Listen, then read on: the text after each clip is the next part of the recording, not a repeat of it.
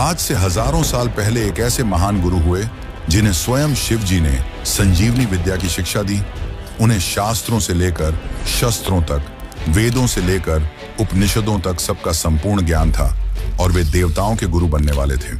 लेकिन फिर ऐसा क्या हुआ कि जो देवताओं के गुरु बनना चाहते थे उन्हें ही अपना सबसे बड़ा शत्रु मान लिया और बन गए असुरों के गुरु, दैत्य गुरु शुक्राचार्य।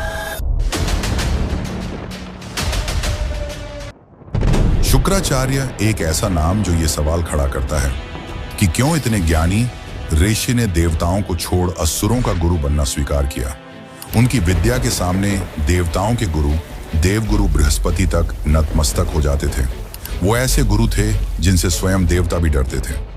सबसे बड़ा सवाल तो यह कि क्यों उन्हें शिव जी का पुत्र कहा जाता है और क्यों दी शिव जी ने उन्हें संजीवनी विद्या की शिक्षा, जिसके बल पर शुक्राचार्य ने न जाने कितने मर चुके असुरों को जीवन दान दिया। वो एक ऐसे गुरु थे जिन्होंने इंद्रासन को हिलाकर रख दिया और बन गए इंद्र के सबसे बड़े दुश्मन। लेकिन फिर क्यों इंद्र की पुत्री जयंती से उनका विवाह हुआ और देवकन्या बन गई दैत्य गुरु की पत्नी। और सबसे चौंकाने वाला सवाल यह कि इतने ज्ञानी गुरु जिनके पास ऐसी विद्या थी जो मृत को जीवित कर दे, वो आखिर क्यों अपनी जान नहीं बचा सके। आखिर कैसे हुई दैत्य गुरु शुक्राचार्य की मृत्यु। तो आज के इस वीडियो में हम जानेंगे दैत्य गुरु शुक्राचार्य की असली कहानी जो आपको नहीं पता। दैत्य गुरु शुक्राचार्य की वो रहस्यमयी कथा जिसमें छिपा है मृत्यु से अमरता तक का रहस्य और एक ब्राह्मण से दैत्य गुरु बनने तक की अविश्वसनीय यात्रा। लेकिन उससे पहले अगर आपको वीडियो अच्छी लग रही है तो इसे एक लाइक जरूर करें।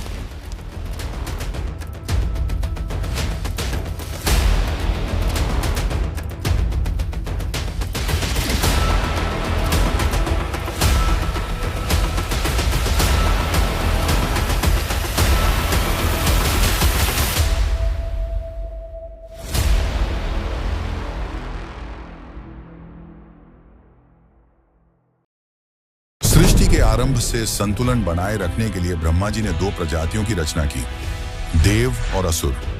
पहले असुर भी अपना जीवन साधारण बिताते थे, परंतु समय के साथ देवताओं ने असुरों के साथ छल करना शुरू कर दिया, जिससे क्रोधित होकर असुर गलत काम करने के लिए प्रेरित हुए और तब से यह माना गया कि देवता धर्म और सत्य के प्रतीक हैं। वहीं दूसरी ओर असुर अधर्म और अराजकता के प्रतीक बने और इन्हीं दैत्यों के बीच प्रकट हुआ एक ऐसा गुरु जिसकी विद्या से मृत्यु भी भय खाती थी, जिसकी नीति से देवता भी कांप उठते थे।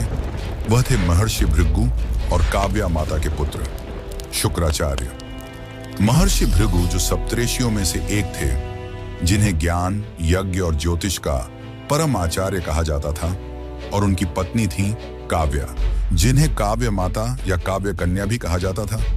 इन दोनों के संयोग से जन्मे उष्णा, जो आगे चलकर शुक्राचार्य के नाम से प्रसिद्ध हुए।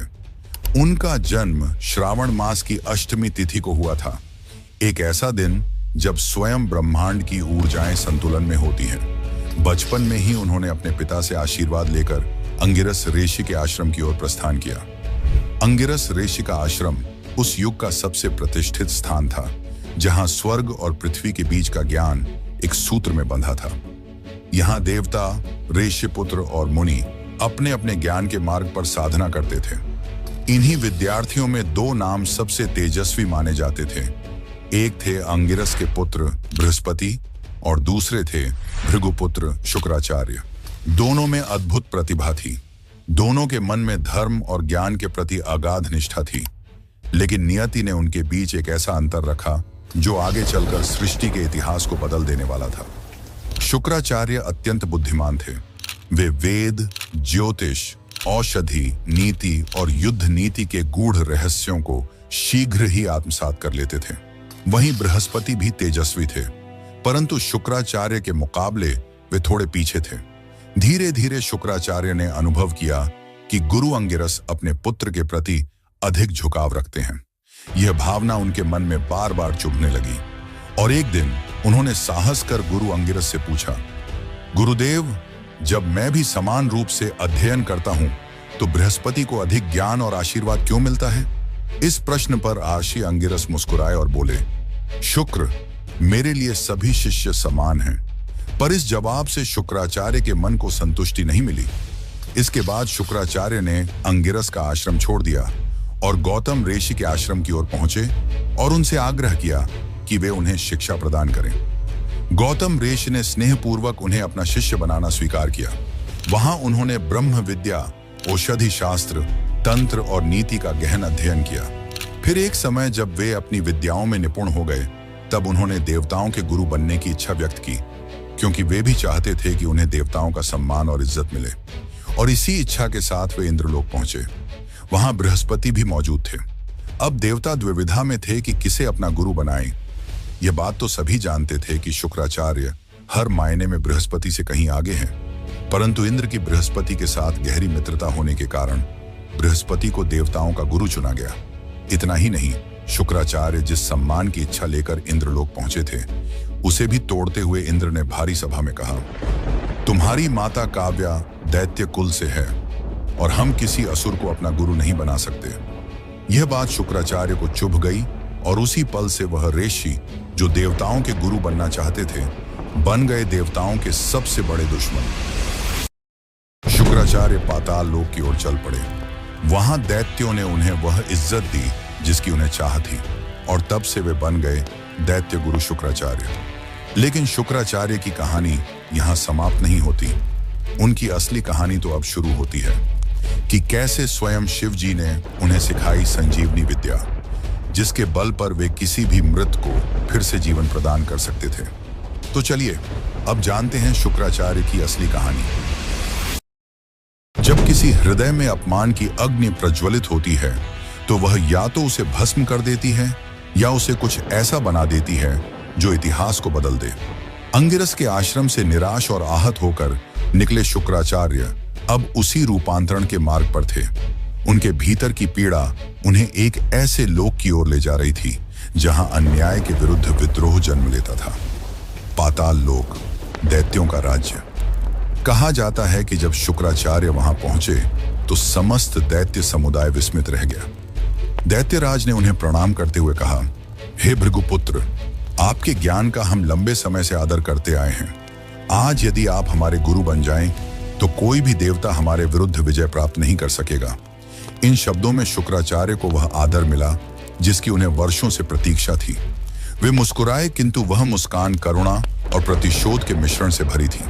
उन्होंने कहा, देवताओं ने मेरे ज्ञान का अपमान किया है, अब वही ज्ञान उनके अभिमान को तोड़ेगा। यहीं से उन्होंने अपनी प्रतिज्ञा ली, मैं उन सबकी सहायता करूंगा जिन्हें देवताओं ने अन्यायपूर्वक दबाया है। मैं धर्म के नाम पर चल रही सत्ता को चुनौती दूंगा। और उसी क्षण से उनका नाम बन गया दैत्य गुरु शुक्राचार्य। शुक्राचार्य के मार्गदर्शन में दैत्य राज बलि, हिरण्यकशिपु, प्रहलाद और अनेक योद्धा ऐसे बने जिन्होंने देवताओं तक को चिंतित कर दिया। उन्होंने असुरों को हर विद्या सिखाई, अस्त्र शस्त्र का ज्ञान दिया, जिससे असुर देवताओं से कहीं अधिक शक्तिशाली होने लगे।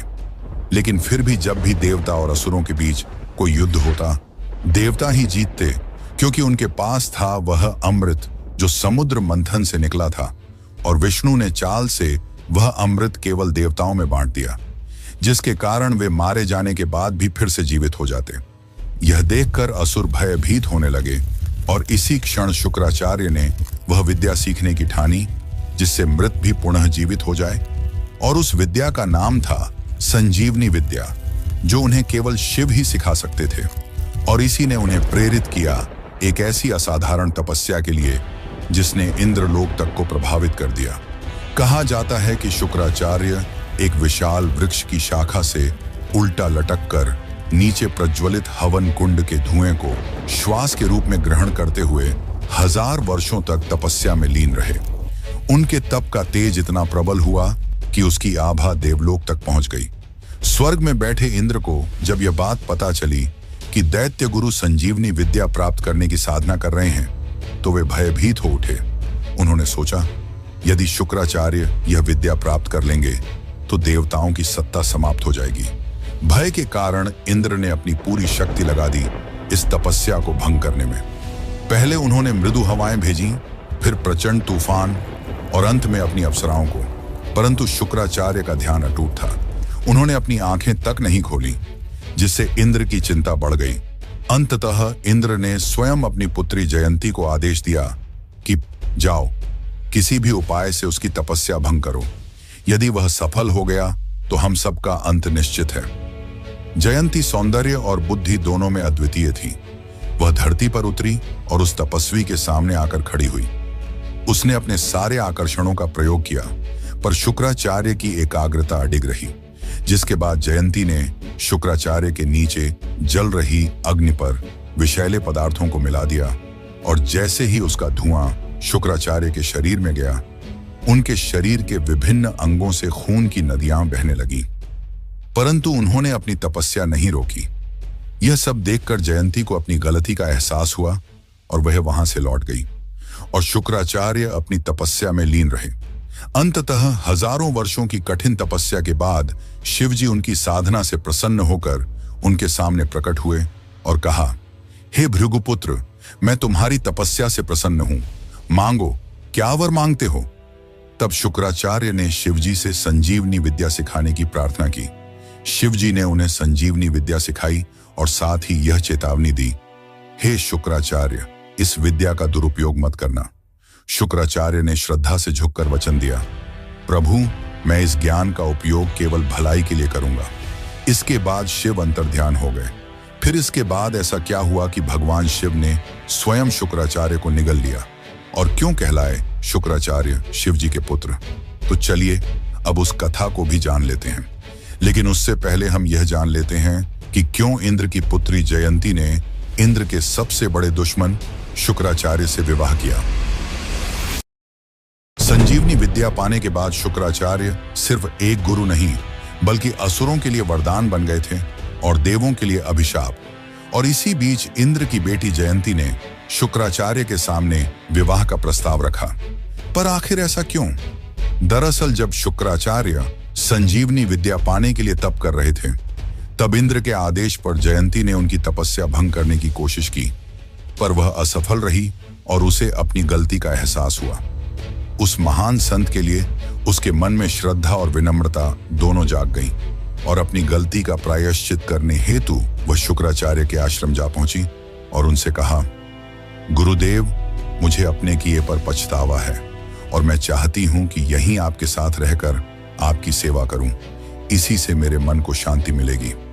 शुक्राचार्य ने शुरू में तो मना किया, पर बाद में वे इसके लिए मान गए। अब जयंती आश्रम में रहकर आश्रम के कार्य करती और धीरे धीरे उसे शुक्राचार्य से प्रेम हो गया। उसने शुक्राचार्य के सामने विवाह का प्रस्ताव रखा। शुक्राचार्य ने पहले कहा, तुम देवपुत्री हो और मैं देवों का सबसे बड़ा शत्रु, इस कारण यह मिलन अनुचित है। परंतु जयंती के प्रेम और जिद के सामने वे हार गए और दोनों का विवाह संपन्न हुआ। मित्रों, यह तो हुई उनके मिलन की कहानी। अब चलिए हम जानते हैं कि क्यों शिवजी ने शुक्राचार्य को निगल लिया था। उस समय धरती पर भयानक युद्ध चल रहा था। असुरों और देवताओं के बीच घमासान जंग छिड़ी हुई थी, और उस युद्ध के बीच बैठे थे दैत्य गुरु शुक्राचार्य, आंखें बंद और होठों पर संजीवनी मंत्र का जाप। वह युद्ध में मरे हुए हर असुर को पुनः जीवित कर देते थे। इधर असुर संजीवनी विद्या के बल पर पुनः जीवित हो रहे थे, और उधर देवता जो अमृत के बल पर मृत्यु को प्राप्त नहीं हो रहे थे। यह चक्र अनंत काल तक चलने लगा, जिससे धरती का संतुलन बिगड़ने लगा। समय के साथ देवता कमजोर पड़ने लगे। तब सभी देव मिलकर शिवजी के पास गए और उन्हें सारी बात बताई। अपनी सिखाई हुई संजीवनी विद्या का इस प्रकार दुरुपयोग देखकर शिवजी क्रोध से भर गए और शुक्राचार्य से कहा, भृगुपुत्र, तुमने वह किया जो किसी ऋषि को शोभा नहीं देता। मैंने तुम्हें यह ज्ञान धर्म की रक्षा के लिए दिया था, लेकिन तुमने इसे अधर्म के सहायक के रूप में प्रयोग किया। मृत्यु सृष्टि का संतुलन है और तुमने उसे चुनौती दी है। यह सुनकर शुक्राचार्य भय से कांप उठे और हाथ जोड़कर बोले, प्रभु, मेरा उद्देश्य केवल असुरों को न्याय दिलाना था। देवता भी तो अमृत के बल पर अमर हैं, फिर मैं अपने शिष्यों को क्यों ना अमर बनाऊं? शुक्राचार्य की यह बात सुनकर शिव का क्रोध और बढ़ गया और उन्होंने कहा, अमृता का अधिकार केवल धर्म को है, अहंकार को नहीं। और इतना कहते ही शिव जी ने अपना मुख खोला और शुक्राचार्य को निगल लिया। शुक्राचार्य शिव के पेट में अंधकार में डूब गए। वहां न कोई समय था, न दिशा, केवल मौन। शुक्राचार्य के अनगिनत प्रयासों के बाद भी वे शिव जी के उदर से बाहर नहीं आ पाए, लेकिन अंत में उन्हें एक मार्ग मिल ही गया। वे शिव के लिंग से शुक्राणु के रूप में बाहर आए। जैसे ही इस बात का पता शिव जी को चला, उनका क्रोध उमड़ पड़ा और वे शुक्राचार्य का पीछा करने लगे। तब शुक्राचार्य भागते हुए माता पार्वती के चरणों में जा गिरे और उनके जीवन की भीख मांगने लगे। तब माता पार्वती ने शिव जी को शांत किया और समझाते हुए कहा, यह आपके ही लिंग से शुक्राणु के रूप में बाहर आया है, इसलिए नियम से यह आपका पुत्र है। आपको इसे मृत्यु दंड नहीं देना चाहिए। यह सुनकर शिव जी शांत हुए और शुक्राचार्य को क्षमा कर दिया, और तभी से शुक्राचार्य शिवपुत्र कहलाए। माना जाता है कि शुक्राणु के रूप में बाहर आने की वजह से ही उनका नाम शुक्राचार्य पड़ा। लेकिन दोस्तों, शुक्राचार्य की कहानी यहां समाप्त नहीं होती। अब हम जानेंगे कि कैसे एक महान गुरु, जिन्हें संजीवनी विद्या का ज्ञान था, वे अपनी ही जान क्यों नहीं बचा पाए और क्यों हार गए अपनी संतान की जिद के सामने। तो चलिए अब इस आखिरी कथा को जानते हैं। लेकिन उससे पहले अगर आपको वीडियो अच्छी लग रही है तो वीडियो को लाइक करें और चैनल को सब्सक्राइब जरूर करें। दैत्य गुरु शुक्राचार्य की संजीवनी विद्या से सभी देव डरे हुए थे, और इसी कारण वे चाहते थे कि उनके पास भी संजीवनी विद्या का ज्ञान हो, जिसके कारण देवगुरु बृहस्पति ने अपने पुत्र कच्छ को यह आदेश दिया कि वह शुक्राचार्य के आश्रम जाकर उनसे शिक्षा प्राप्त करे और संजीवनी विद्या का ज्ञान ले। अपने पिता के आदेश का पालन करते हुए कच्छ शुक्राचार्य के आश्रम पहुंचा और उनसे उनका शिष्य बनने की इच्छा व्यक्त की। शुक्राचार्य ने बिना किसी सवाल के उसे अपना शिष्य बनाना स्वीकार किया और उसे शिक्षा देना शुरू किया।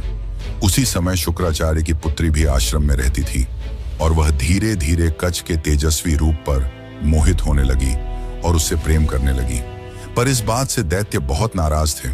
उन्हें यह बात पसंद नहीं था कि देवताओं का पुत्र हमारे गुरु से शिक्षा ले। उन्हें डर था कि यदि उसे संजीवनी विद्या का ज्ञान मिल गया तो वह असुरों पर भारी पड़ सकता है। इसी कारण असुरों ने मौका पाकर कच्छ को मार डाला। जैसे ही यह बात शुक्राचार्य की पुत्री देवयानी को पता चली, वह विलाप करने लगी। तब शुक्राचार्य ने संजीवनी मंत्र का उच्चारण कर कच्छ को फिर से जीवित कर दिया। लेकिन इस बात से नाराज असुरों ने कच्छ को फिर से मारने की कोशिश की और उन्होंने ऐसा कई बार किया, पर हर बार शुक्राचार्य उसे पुनः जीवित कर देते।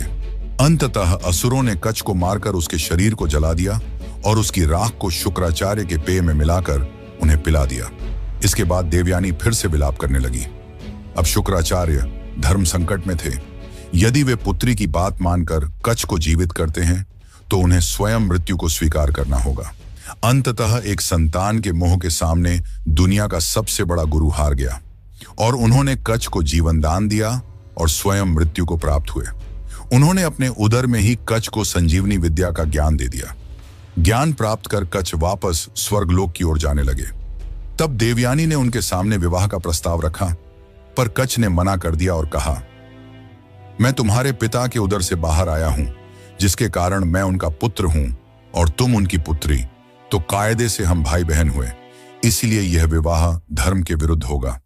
यह सुनकर देवयानी क्रोध से भर गई और उसने कच्छ को श्राप दिया, जब भी तुम्हें इस विद्या की सबसे ज्यादा जरूरत होगी तुम इसे भूल जाओगे।